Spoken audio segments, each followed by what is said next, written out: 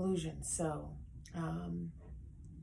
we go through life and we are these beings that want love because love is what we're all made of, love. And as we're going through life, whether that be beginning with our parents, our immediate family, through friends and relatives, the outside world as a whole, as we're going through this experience, we're realizing more and more that the idea of love doesn't really exist, especially in the way that we see it, right?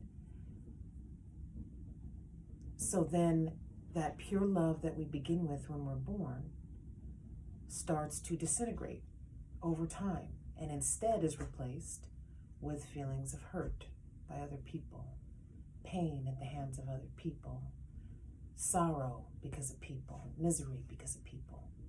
So instead of having all these pockets of love that we're born with, all these pockets of love get emptied out, and with every bad experience that we go through get filled more and more with negativity, negative things, right? That in turn, as a result of that experience, changes the way that we see ourselves. Because we are born from love, and our job is to love and be kind to other human beings. Humans being kind, humankind. That's our job and our purpose. Instead of being that, we end up being cynical, being hurtful, hateful, jealous of, spiteful to other people. And because of that, we go more and more away from who we are innately meant to be, which is a being of love, right? So the more we go away from being what we're supposed to be, and now we're becoming what life and experience have made us be, now we are fully in our own illusion of self. So for example, to put it real clear, if I'm a person who has high self-esteem and I love myself and I feel good about myself, my value, my self-esteem, my worth cannot be predicated upon the ideas of another person or other people.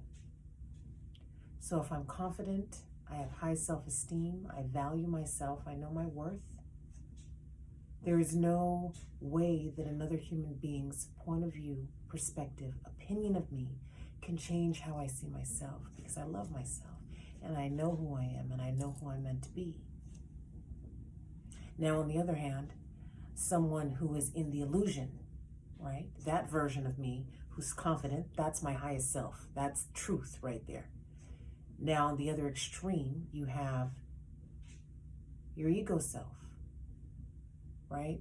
The lowest version of you.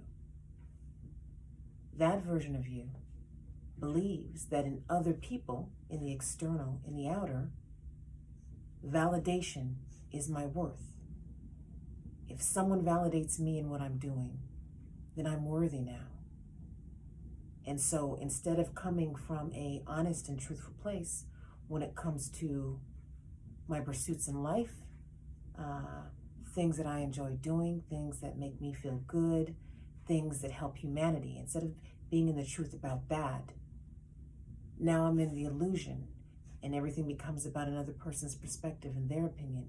So now instead of doing all the things that make me me, make me unique to me, now I'm appealing to what is important to other people, which is the illusion.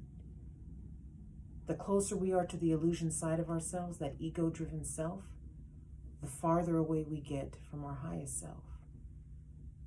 So if you imagine that whole trajectory as a human being, starting from a place of love, realizing that love in its idealistic, its most perfect sense doesn't really exist, right? Real love comes from the hard work, from overcoming hurt and pain and loving anyway, and having a relationship forged in that truth. That's real love. But we don't necessarily get that with every relationship that we go through, even the ones with the most important people in our lives, like our parents or our siblings or our close friends. We don't get that. We don't get that purest love. So then we begin not to love ourselves. which means that we can never fully realize our highest self with other people. And that in turn leads into a whole different thing where, because we don't know who we are, because we're the furthest away from the truth, which is love, because we're the illusion all the time, we're not going to attract that in another person. And that means not even just in the romantic sense, but other people in general, like the people that I keep, the company I keep, the people I'm around, right? If I'm not in truth, if I'm the furthest away from being in truth, and that is in the way that I treat people, the way that I view myself, my motivations, what are my intentions, what message am I sharing with the world about me on a daily basis, right? What message am I giving about myself every day? If that message is not embedded, is not wrapped and covered in truth, your true being, which is love, then everything else is moot. You know what I mean? So imagine we're people, beings, right? Not in love, we're an illusion. So we're an illusion now, and we develop connections with other people who are an illusion too. Everything around you then becomes the illusion. And now you start beginning to format realities based on that illusion. I can't do this because of this. I'm not worthy because of that. Right? So